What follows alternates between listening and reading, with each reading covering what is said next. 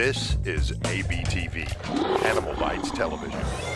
Take a look at this amazing animal. Of course, this is a veiled chameleon, and he's got that big threat display. And this is a male because it's got this huge appendage going on. And of course, he's going, don't mess with me whatsoever. But chameleons are very unusual animals in a bunch of different ways. First off, they have these really unusual claws that almost look like two big fingers. Of course, there's multiple fingers on them, and they move in this really bizarre, like, weird fashion. And of course, they have independent eyes that makes them very unusual too. One eye can be looking this way, another eye looking the other way. And of course, everyone knows that chameleons have that amazingly long tongue. And what happens is that when they key in on any kind of insect, which is what they'll eat, both their eyes will go right in on them, and then that tongue can shoot out up to 18 inches and just snatch up a bug. And this guy is certainly a feisty little monkey. There are some amazing animals at this reptile show in Tinley Park, the NARBC. And guess what? I'm going to be meeting up with Jason Miller from 5 Word Animal Facts, and we're going to show you the coolest stuff. I hope you guys will enjoy it.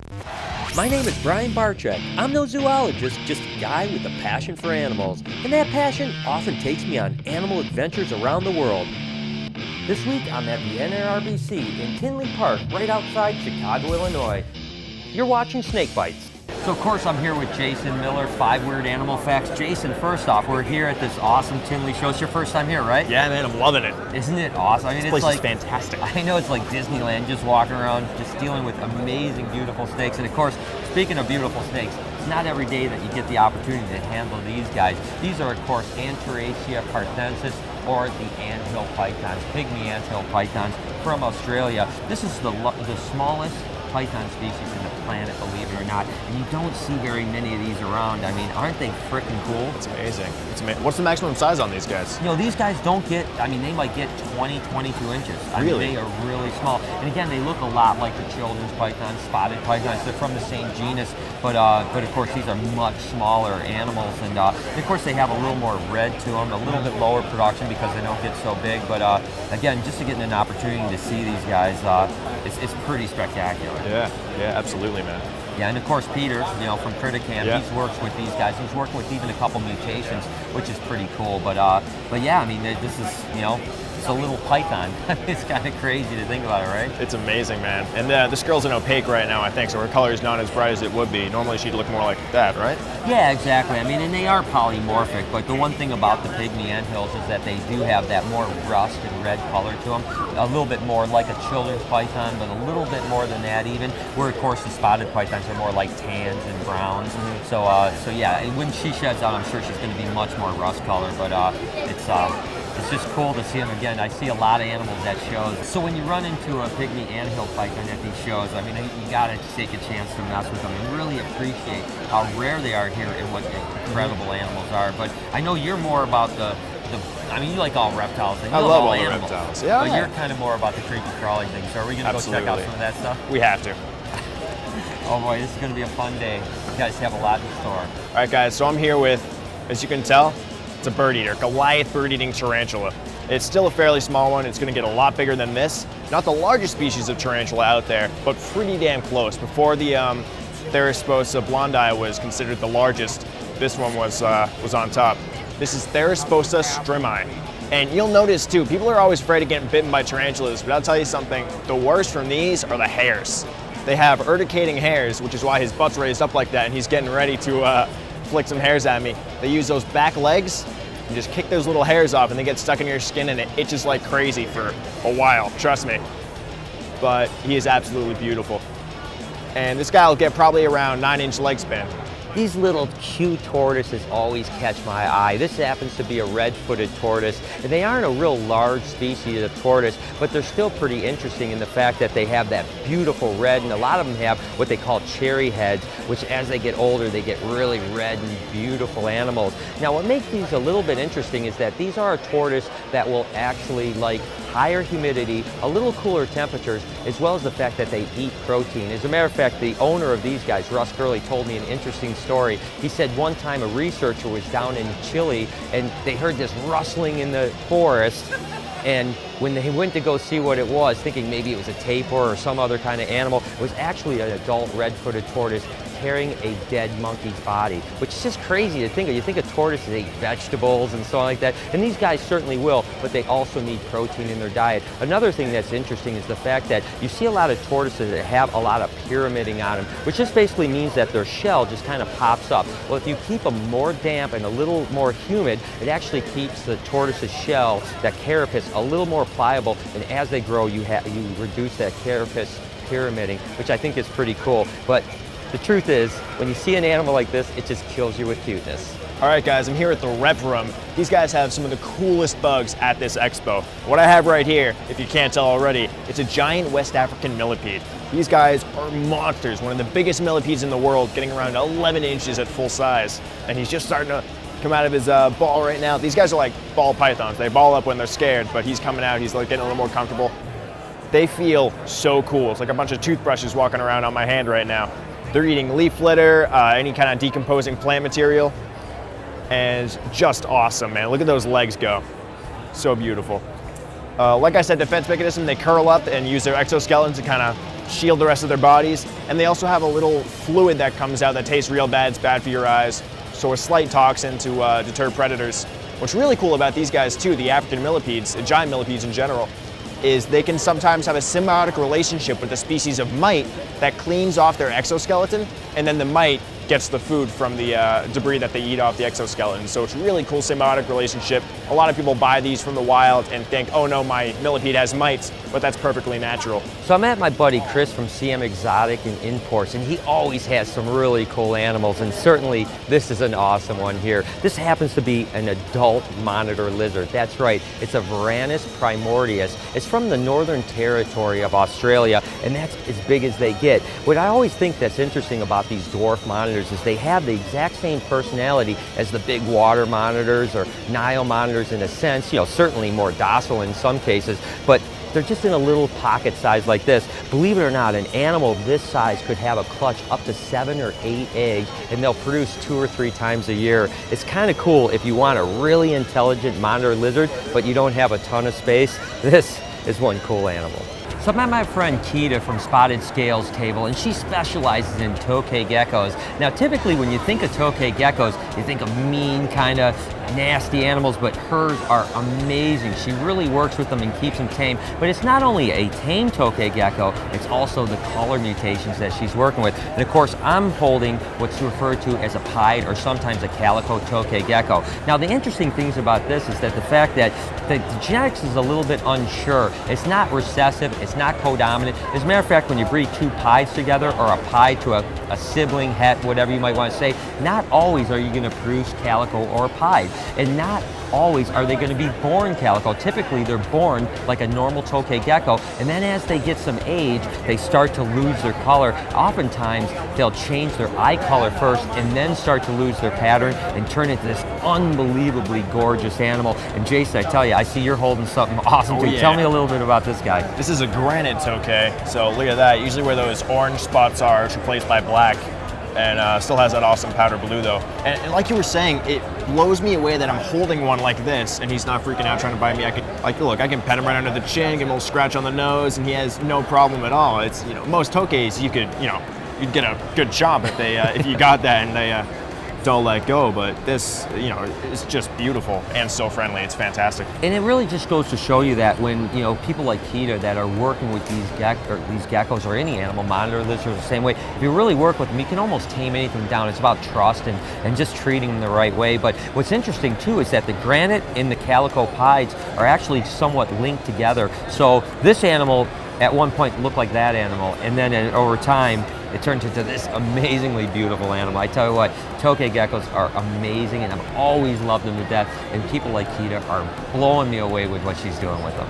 Normally when I'm showcasing an animal, I'm going to say, hey, what I've got here, but the truth is I think he's got me more than I've got him. This happens to be a Chinese crocodile lizard, or Shinosaurus, and this is just a little baby. They're really interesting animals because they come from high up in the northern territories of China, in the more cool climates up in the mountains. So you don't want to get these guys over about 70, maybe 72 degrees. They will spend quite a bit of time in the water, but they're also pretty arboreal. So they'll climb up trees or cork bark, or even nestle down in some moss. And but yet they will, and I tell you, you, they've got a pretty good little bite, and this little sucker will not let me go. Now, they're live-bearing animals, and believe it or not, these will pop out sometimes up to 15 babies, and you can see as soon as they're hatched, or as soon as they're born, I should say, they are just fired up and ready to protect themselves, and they have quite a bit of jaw power too. Now, these guys are going to eat earthworms. You know, every now and then you're going to see a snail. Something like this in captivity could even eat pinkies or dubia roaches,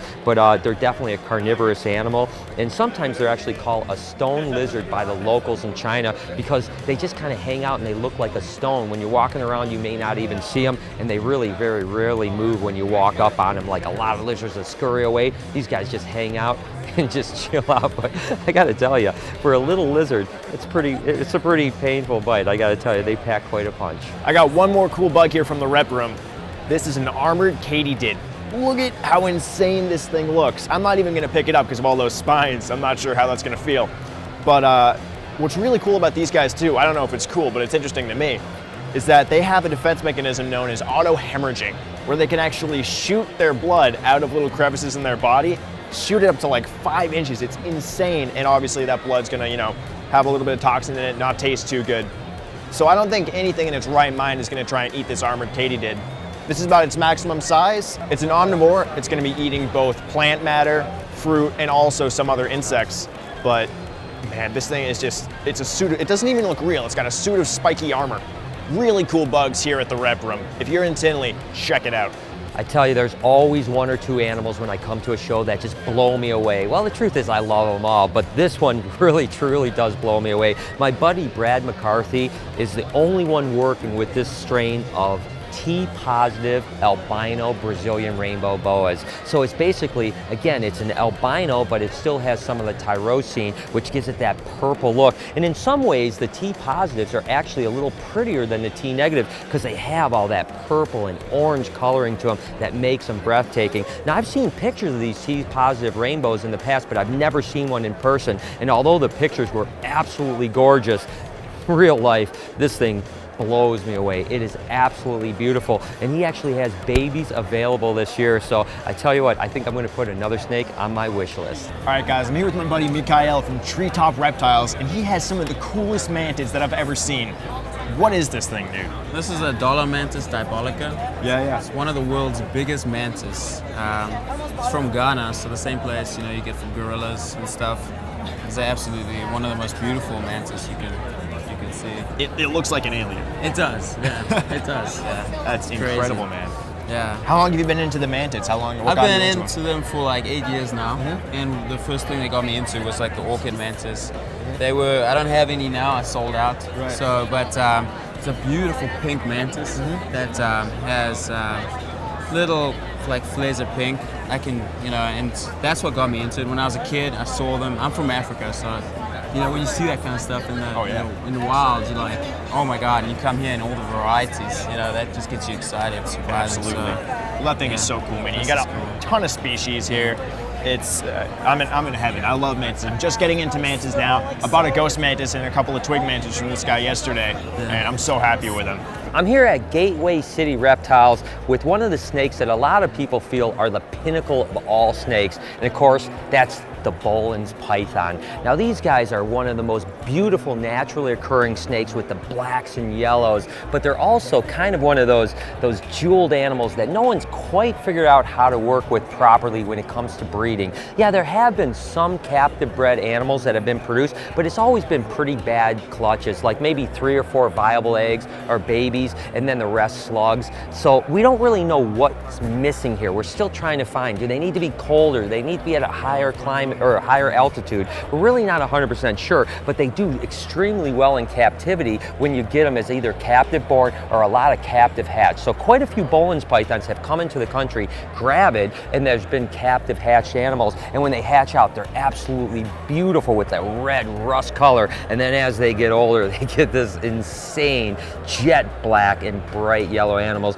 And just take a look at the size of that head. I mean, I gotta tell you, I've seen tons and tons of snakes in my life, but every time I get to handle a Boelen's python, it just blows me away how insane they are. Certainly, it's got to be the pinnacle of all captive bred snakes. So Jason, we're holding some really awesome animals here. These guys are Europlades fimbriatus, of course a leaf-tailed gecko from Madagascar, and these happen to be a high white version of them. And it's been an amazing day, hasn't it? Just kind of awesome, walking around, and you've been geeking out on your bugs, and I've been geeking out about my reptiles. But these guys, the thing that I always am blown away is obviously, you know, you can see this guy's trying to take everything I pick up wants to take a chomp at me here. But it's, you know, it's the unbelievably most perfect camouflage you can imagine. These guys again are endemic to Madagascar. You can imagine in the forest when these guys are on a tree, this looks just like tree bark. And just take a look at those eyes, right? Unreal. So beautiful. They're huge too. It's like a frog's eyes. Exactly, and that's obviously extremely nocturnal. And Whoa. these guys have to be, got a little bit of a fight there, a little leaf tail fight there. We're trying to keep these apart a little bit. These guys will typically eat just bugs. They're live feeders. You know, some of the geckos are certainly. Oh my gosh, look at this thing. Oh, I probably don't want to get bit by that. Well, guys, it wouldn't be a snake bite show if I didn't get bit a whole lot, right, guys? And again, you know, just like all these lizards, they have pretty strong jaws. And Jason is now. Oh, shoot.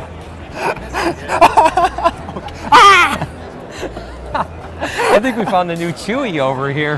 This is very fun. Well, guys, it's been an awesome time hanging out with Jason, getting bit by these geckos, just having a great time, and so many great animals here. I hope you guys have enjoyed it as much as we have. Of course, I'm always Facebooking and tweeting my way through it, so make sure to follow me over at SnakeBytesTV and on Instagram at SnakeBytesTV, and of course, watch Jason's show on Mondays, 5 Weird Animal Facts, and follow him at Miller's Wildlife. Until next week, you've been watching Snake Bites. Hi, I'm Peter Birch, an Aussie bloke who loves wildlife. My respect for nature started when I was a young boy in rural New South Wales. Since then, it's exploded into an obsession.